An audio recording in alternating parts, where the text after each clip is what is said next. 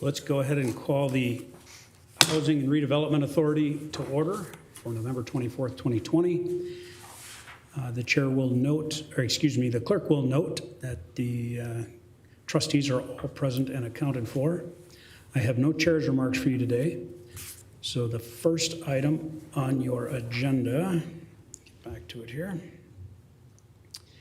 is to consider approving the minutes of the HRA special board meeting of October 13th, 2020.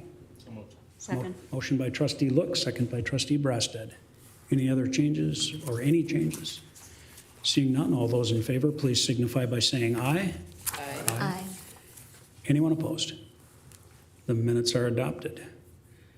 Next, we will move to the Management Committee report, where the Management Committee recommends approving an extension to the City of Columbia Heights for their root property cleanup project. If approved, this project will be completed by September of 2021. Is there a motion to approve? So moved. A motion by trustee Meisner. Is there a second? Second. Second by trustee Gumat. Any further discussion? Trustee Meisner. Thank you, Mr. Chair. Yeah, I mean, it looked like the only reason for this extension was because of COVID-19 related delays. Correct? Yeah, okay. Yes. Perfect. Thank you. Any further discussion? Seeing none, all those in favor, please signify by saying aye. Aye. Anyone opposed? That will pass unanimously. Next, we'll move on to item 2, and your Management Committee recommends an early termination addendum to the lease agreement with Severin Law Office located within the Anoka Courthouse Commons building, effective November 30th of 2020. This action will end lease payments and allow for the collection of remaining build-out charge through July of 2021. Is there a motion to approve? So moved. I have a motion by trustee West. Is there a second? Second. Second by trustee Gamache. Further discussion?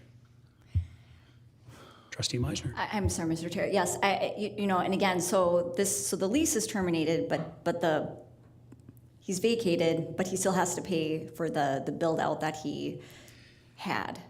Sorry. Yes, no problem. We did the build out Right. as part of the lease agreement. Yep. And then it was amortized over the length of the lease, where each month she would pay a portion of her lease payment would go towards paying off that work that we did. Right. She's going to terminate the lease early, so her lease payments will stop, but her payments towards the build out will continue until it reaches fruition.